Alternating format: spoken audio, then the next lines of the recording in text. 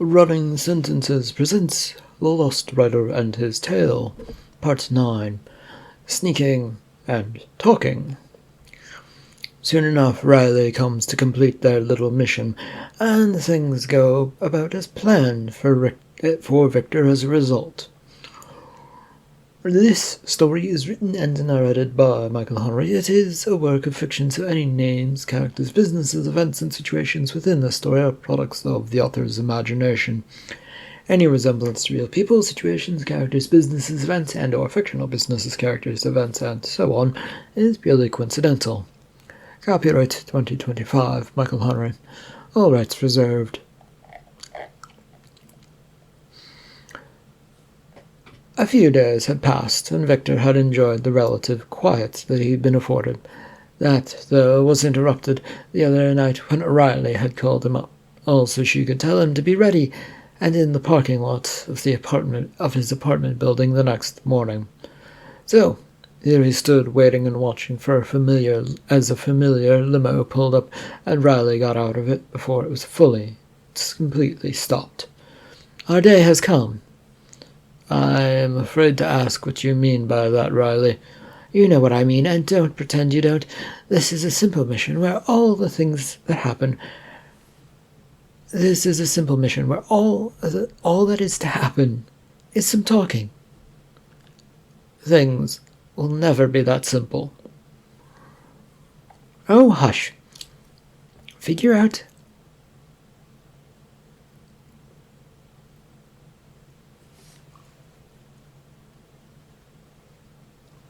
"All we need to do is figure out what's going on with these gangsters, and then we will be good.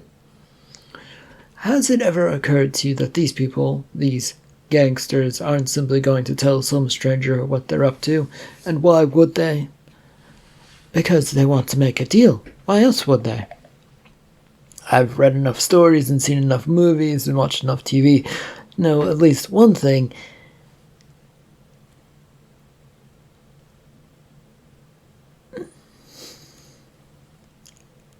I've read enough stories and seen enough movies and watched enough TV to know at least one thing. If those things have any basis in reality, gangsters don't want to make a deal. They want things their way." "Oh, they do. You don't understand criminals." "No, and I don't, although I probably should, and I'm pretty sure that's a good thing that I don't know them. Maybe it's why none of your stories wind up selling." "Thanks. Wow. Yeah, I'll keep that in mind, Riley." He moves to the limo, shaking his head.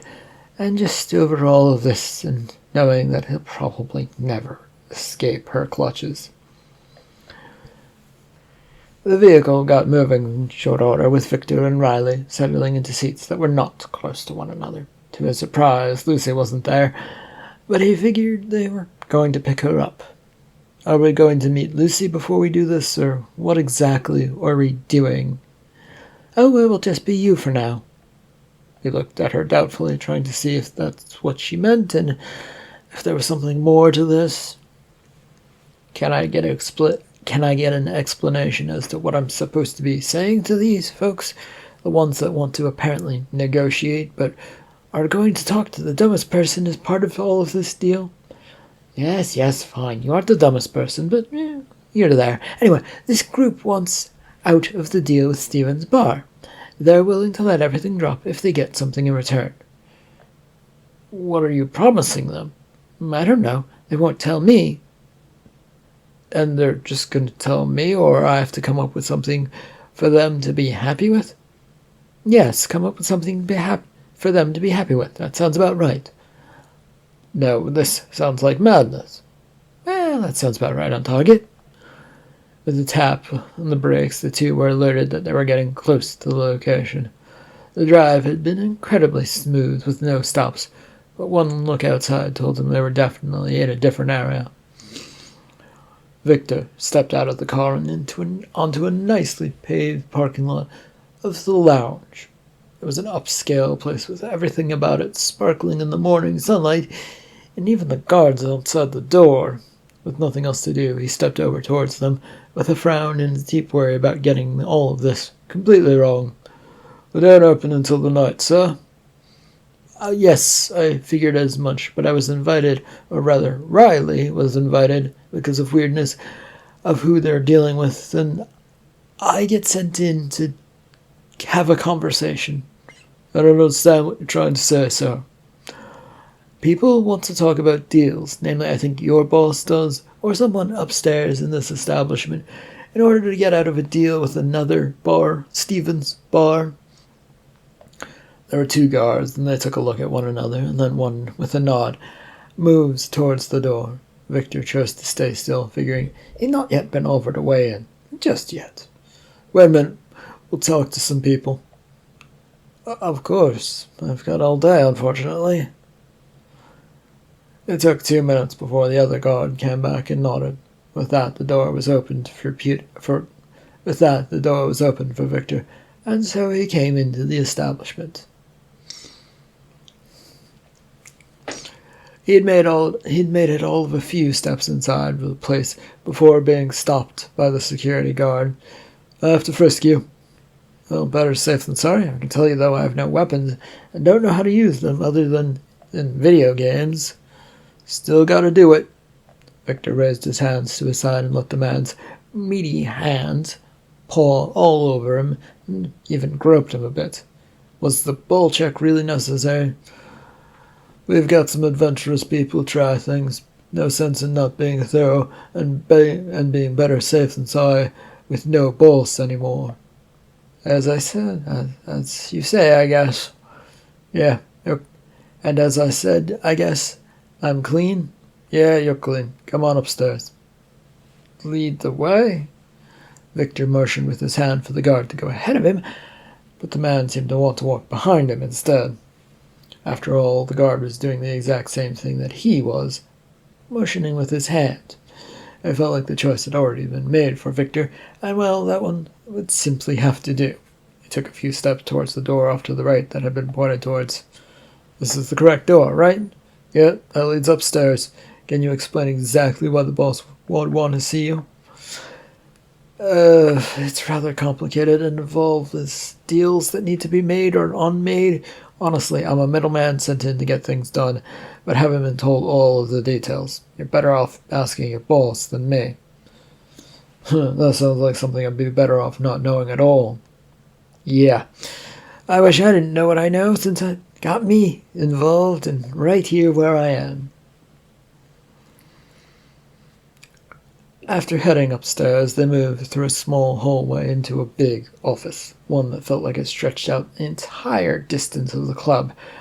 But that didn't make much sense, since one would want space used for paying customers to enjoy the night and look down on those who had to dance on the dance floor. Victor shrugged off the sighs and walked until he reached the desk, where a big man sat juggling papers that moved here and there. "Hello." "It is not a good day, mister." "Well, my name is Victor, sir, and I'd like to keep it just to that, if we could." "Fine by me. You can call me Trine. What can I do for you?" Thought that was clear by me saying I was sent here by Riley."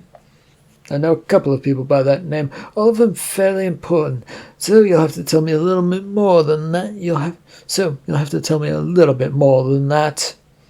Victor bit his lip as the man looked up straight into his eyes. They were cold, tired, and probably had seen a few deaths in their time.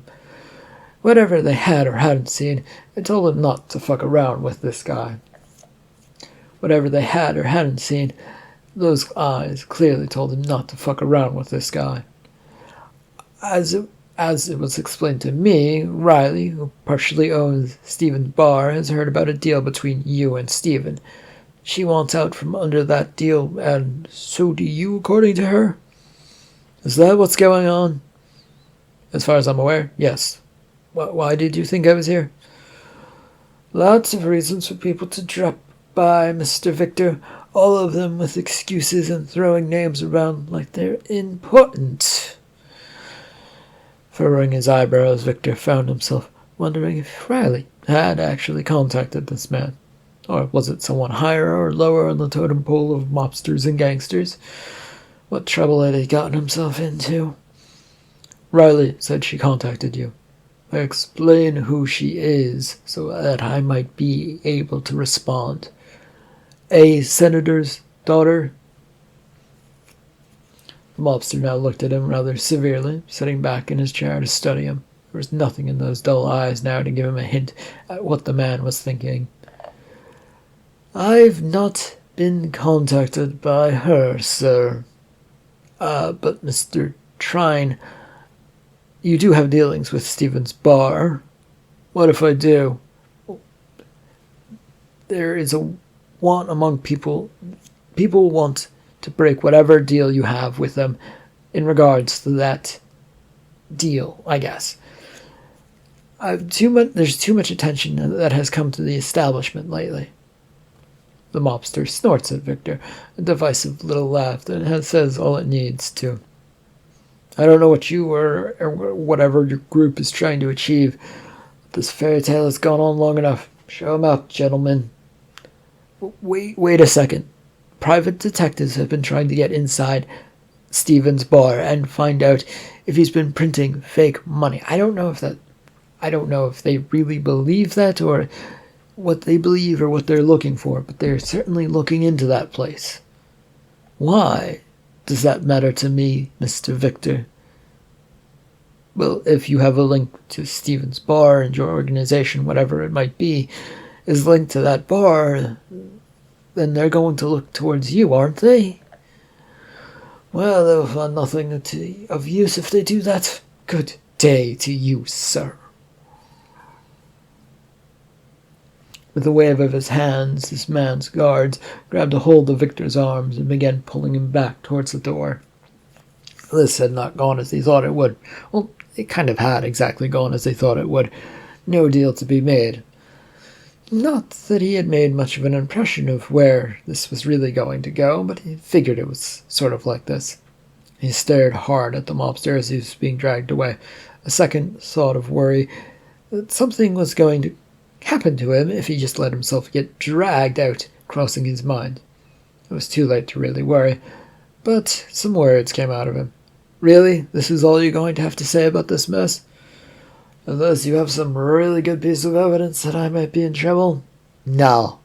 This is all I have to say on the matter when you have no evidence of anything. What if I said I was a wanted criminal seen walking into this establishment by the police? The mobster's eyes then narrowed for a moment. Proof? Well, my arrest would have been reported by the local papers. It was a few days ago I was arrested for breaking and entering into a place. Look it up and you'll see that I'm telling the truth.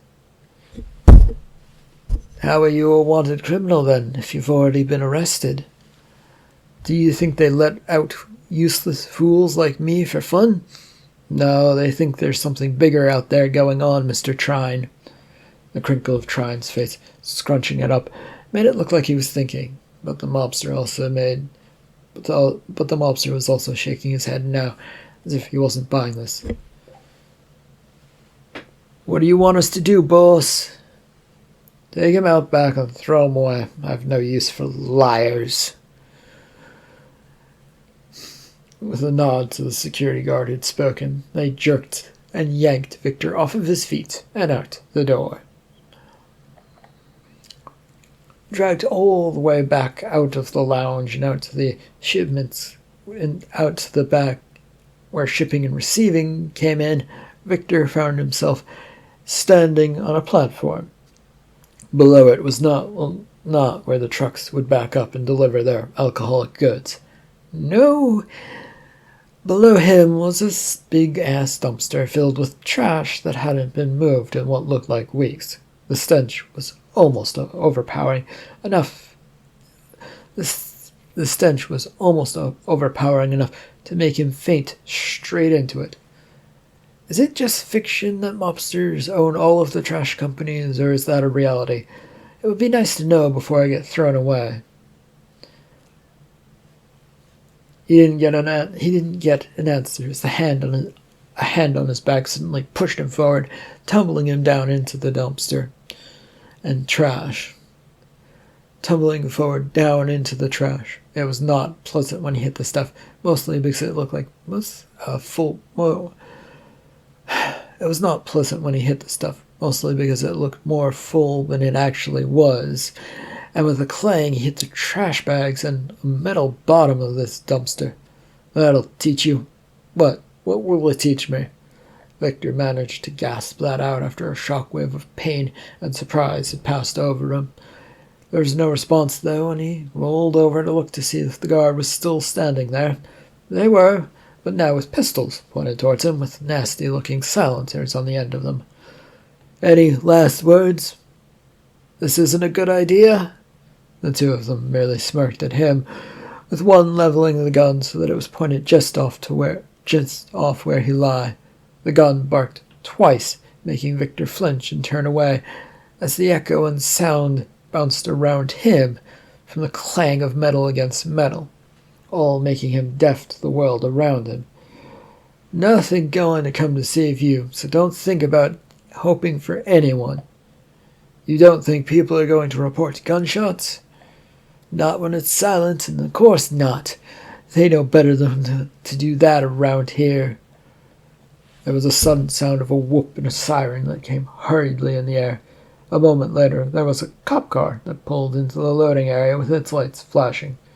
A regular, marked one, which made both guards scowl and hurriedly put away their weapons. There's no need for you to get out of your car, officer. The sound of the door opening and another car coming in said that wasn't going to happen. There was the sound of the car door opening, and then another cop car coming in said that wasn't going to happen. What's going on here? There was a reporter shot in the area. Yeah, well, we saw some rats in the trash, and you don't want those sorts of things hiding around here, sir. You have weapons? The police officer demanded to know. But yeah, it's our job to have weapons to keep this place safe, sir. We have an understanding with the police about all of this. No, never heard of such a thing. Show us your weapons and slowly take them out and put them on the ground. Easy, officer. We aren't doing anything, the other security guard said. I will be the judge of that once your guns are on the ground. Victor lay on the bottom of the dumpster, frozen up and waiting. He wasn't sure exactly what to do or if he could say anything. Drawing attention from either side felt like it would get him shot. So, you just need to talk to your superior before you do anything else, Cap. No, you don't. At least until this matter is sorted out right now by lowering those guns and putting them on the ground. The sound of footsteps above Victor drew his attention towards him to see that the boss, Trine, was standing there with his hands held out in a calming manner. Look, gentlemen, police officers, this has been a misunderstanding. My men were simply doing their job. And I'm doing mine, Mr. Whoever you are, and why did you come into our crime scene? Everyone put down those weapons and make sure your hands are in the air. More sirens sounded as a few more cop cars arrived. Victor assumed that this was what was happening as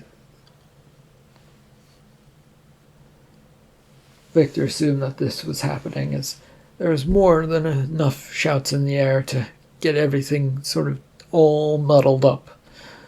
Look, I need to talk to the captain of your precinct, and you will talk to him down at the station. Surrender at once. There was a lot of shuffling about, but shortly the security guard and Trine disappeared from view. Victor decided to sort of hide himself amongst what trash he could find, simply because it seemed like the best thing to do. All the noise and talking soon vanished away. It took more than a couple of hours. All the noise and talking would eventually vanish away, though it took more than a couple of hours for that to happen. Victor wasn't entirely sure how much time it took, but he stayed where he was. When the noise did eventually come to an end, he stood up slowly, feeling all over the aching parts of him from lying about. He poked his head over the side of the dumpster to see that there were still 2 cops in the area, and they were looking right at him. "Hold it!" "Hold on to the dumpster? I think I'm already doing that." "No, don't you move, sir. Who are you and what are you doing there?" That is not easily explained, but if I said I was a rat that had been shot at, would you believe me?" The 2 cops gave him a puzzled look that said no, so he simply raised his hands in surrender.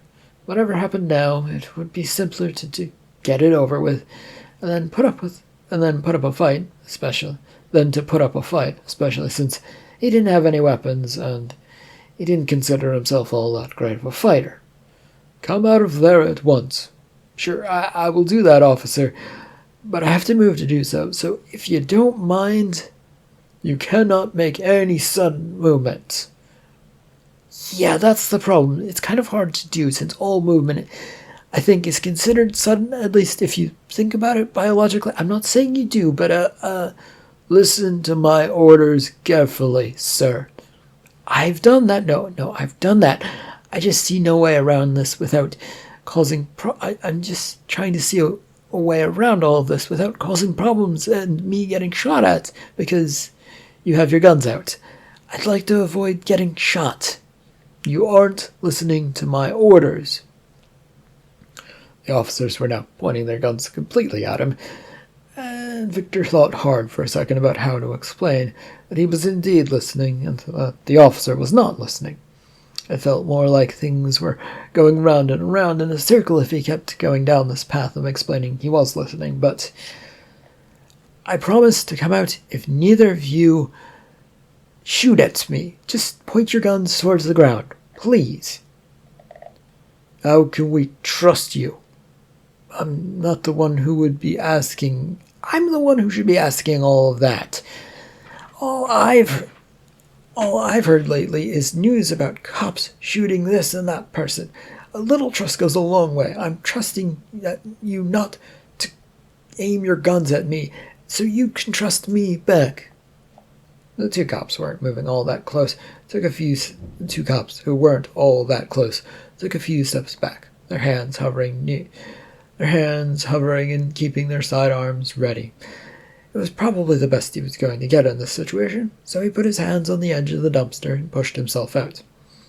He emerged and dropped onto the other side, eyeing them as they eyed him, and as soon as he stood in front of them with their hands raised, they both pointed their guns at him. "What were you doing in that dumpster, and how long have you been there?" "Well, I was pushed in, diving for goodies." "I'm dumpster diving." "That's illegal, sir." "Well, one must do what they can to survive in this world. Am I being taken to the local station and then thrown into the cells?" Yeah, you are. Now don't move while my partner checks you over." A moment later, Victor was once again being patted down. And this was not how he expected his day to go at all.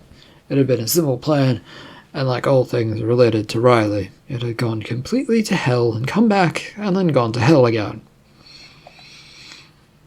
In short order, he found himself directed to a police car and then taken to the closest police station. There, he was dumped into one of the holding cells, and then left to him. There were a few others around, mostly drunkards, and a few looked more hardened by time than he wanted to deal with. Unfortunately, a few of those had found him and were now sat next to him, with one looking like a mobster he'd seen at the lounge. "What brings you to the cells over here?" "I was found dumpster diving, sir, though I wasn't really doing that." "Hiding something in the dumpster, then?" Victor opened his mouth to say no, then paused for a moment to think this over. In a way, this big, burly-looking dude who'd strained every part of his outfit, which was a nice-looking buttoned-up shirt and pants, was right. Kind of, in a way. "What's that supposed to mean?" "I was about to be hidden in the dumpster. for trying to make a deal. So, I was trying to find myself, I guess." There was a nod from the man, as if he understood perfectly. A nice thing for Victor, though how much he could actually trust from that was debatable, and he didn't have time for any sort of thoughts. "Ran into the wrong people, did you?" "Well, the right people, I think, who didn't want to listen to me and had ideas about me not being there anymore. Typical. Criminals in this city have no class." "I guess I agree with you. If you don't mind me asking, what brings you here, sir?" "I had to beat up a guy who wasn't doing the right things. He was snitching about things." Victor felt his jaw clamp shut for a moment, then loosened, since it hurt to keep things that tight. Then loosened it, since it hurt to keep things that tight for too long. It felt like his teeth were grinding against one another in those few moments. "Well, that sounds like a terrible job for you." "Easiest job ever. One look at people and they all shut up. Generally forever." Because you make them?" "Oh no, I don't do anything to them. My reputation precedes me." "Oh, something like that, or some statement." Victor had been trying to inch his way away from the man, but felt like he was making no headway in that direction. Plus, there was another person sitting next to him. He hoped that this mobster wasn't sent there to talk to him and point him in the right direction of not saying anything. Victor already had no intention of speaking to anyone, since it would all just lead him to more trouble. There was a sharp clang on the jail bars and brought everyone's attention towards it, in which Victor felt his heart sink. "Is that what I think it is sitting in the station holding cells, Bradley?" "Oh, I do indeed think it is, Peter. We've caught a criminal out there wandering in the streets, committing crimes. Once again, once they come back to the station, once those types come into the station, it's inevitable that they wind up back here at some point." "I agree, Bradley. It's terrible. A waste of human space, and thinking power as well. If only they'd just talked to us originally." Victor felt himself getting quite sweaty and threw glances over to the man he had been talking to. That man was then... The expression on that man's face was seemingly undisturbed by any of this chat, but he was now looking away from any of them. "Well, I suppose, Peter, we should interview him again to see if he's changed his tune." "Unlikely, as once they are criminals, they always are. Once they become criminals, they always are ones, but they seemingly have no need to talk to us, even though we just want to help them out. But we can always try, can't we, Bradley?" The lock-up holding cell door clicked open and an officer came in, pointing towards Victor. "You there, Mr. Victor. These detectives would like a word with you." "I don't have anything to say to them, so can we skip to the part where you leave me here?" "No, we cannot. It will come out at once." "Is there repercussions if I don't do that?" "Yes, there are."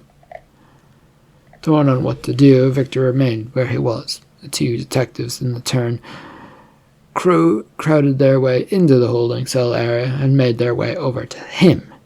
The man from before had moved away, and these detectives then grabbed him by his arms and pulled him out of there.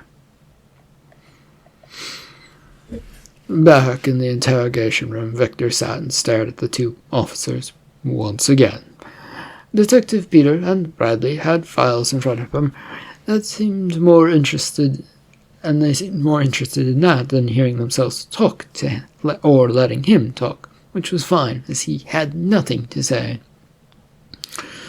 But now that was about to change. "You think you're going to get away with saying nothing, do you?" "Detective Peter, I have nothing to say." "The same line you used last time until a lawyer showed up and saved you. Well, no one's going to save you now." "Okay, then. Charge me with a crime, please, Mr. Bradley." "Oh, you're in no rush to do any such thing." Victor rolled his eyes at Peter, and neither of these two were the least bit helpful. The whole thing should be over already, but they wanted answers that he couldn't provide, nor would he probably provide even if he knew them. The two stood up so that they could tower over him while leaning over the table to create some sort of intimidation factor. Victor, though, met their gaze and looked them over. Their plain suit clothes looked wrinkled and worn from use. "I want my lawyer, gentlemen." "And now we're back to that old phrase, which wouldn't help you out of trouble which won't help you out of trouble this time. Mr. Bradley, I was in a dumpster, and you have no proof of anything that I was doing there." No, we have no proof of that, but you still have been caught at 2 crime scenes, and, well, dumpster diving is illegal, and all of that raises quite a lot of eyebrows. Victor shrugs to Detective Peters' comments and sits back as best he can in his chair. The rest of this conversation, as far as he was concerned, could wash all over him. It meant nothing, and talking to the cops was always a bad idea in the first place. "Clamming up won't help you get out of things, will it, Peter?" "Oh, no. It only gives us more ammunition to have you thrown in jail. You won't last long there." Nodding along, Victor offered a sort of grin. It was faintly there, but only if you looked hard enough. He'd heard enough promises to know that whatever they were saying probably wasn't true. And at this time, prison seemed almost like a much better thing, especially having run into that man in the holding cell. "Your charges will soon come through, though, and you'll have to face that judge again. He won't be as nice this time around." "Yeah, as my partner Bradley says, the judge isn't nice to repeat offenders. You can ease that by talking to us. Tell us what you were up to." "Oh, you wouldn't believe me." "Because we're cops, sir? We've heard every excuse in the book. Nothing, you say, will make us surprised, will it, Peter?" "I was talking to the owners of the establishment, and they threw me out into the trash. That's all that happened." The look Bradley had faltered a little bit, showing that he hadn't heard all that he'd expected, and that fact actually surprised Victor. That's a weird excuse. Why would any of that happen? "You would be better off asking the owner and the guards of the place who ran me out of there and why they chose that option. I'm merely a victim who heard lots of guns being drawn and shot and knew enough to remain where I was, so I didn't get shot." The two detectives gave him another doubtful look, but the truth was the truth, even if it was missing a whole lot of details. "You have to give us something more." "There's nothing more to say, Detective Bradley." "You're a terrible liar. Why were you at the lounge?" "To talk to the owner, Mr. Peter." "About what?" "This and that." "Give us something more. We can't go to the judge and get all of your charges dismissed if you don't cooperate. You don't get thrown into a dumpster or out of a nice establishment like that for no reason," Peter shouted at him. "There is nothing to tell. It was a business deal that I thought was set up just to walk in and talk about. But nothing happened. No deals, no nothing. I got thrown into the trash." "What was the deal, though?" "For them to stop providing goods, Mr. Bradley, but they claim to have never been doing that in the first place. I was led astray by the people who hired me to deal with them." "Who hired you?" Peter demanded to know. No one of great importance. It will only cause trouble if you were to learn about them, and I can't say more than I know about that for sure." "Is any of this related to the bar owner, Stephen?"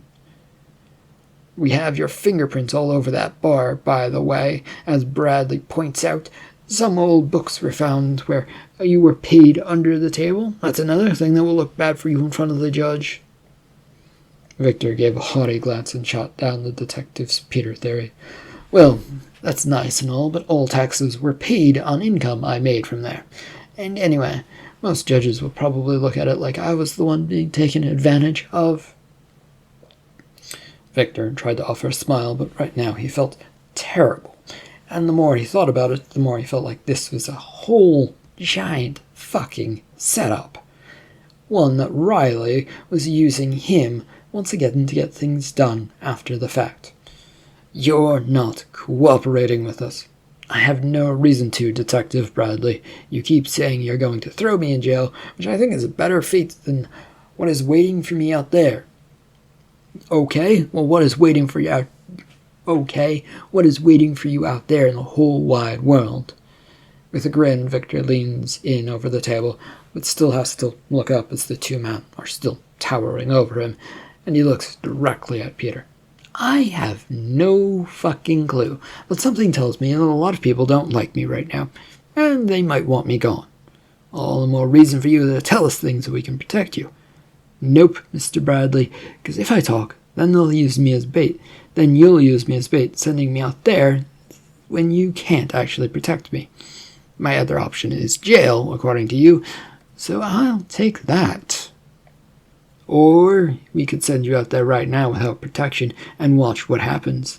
Then we will definitely swoop in, perhaps too late to help you, perhaps just in time to help you. All you have to do is help us in the first place. Peter said. Then send me out there and see what happens. In fact, why don't I leave, since that's what you want?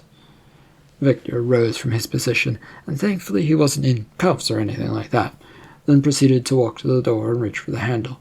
Neither officer said anything as he twisted it and pulled the door, which opened easily enough.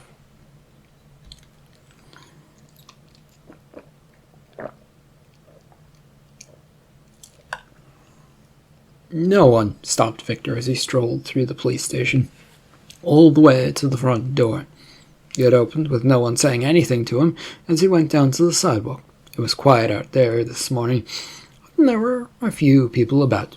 Still, he was cautiously looking this way and that, expecting everything to come to an end for him, either by mobsters or by Riley, because he felt like that would be something that she would do. He'd made it to the sidewalk and kept expecting something to happen, and there was nothing going on, though. So he turned and began walking his way with the hopes that he was headed in some right direction. Victor's stroll had taken him all the way to downtown of this town, and not a single soul had bothered him along the way. It was now just beginning to get to afternoon, and he was walking along fine.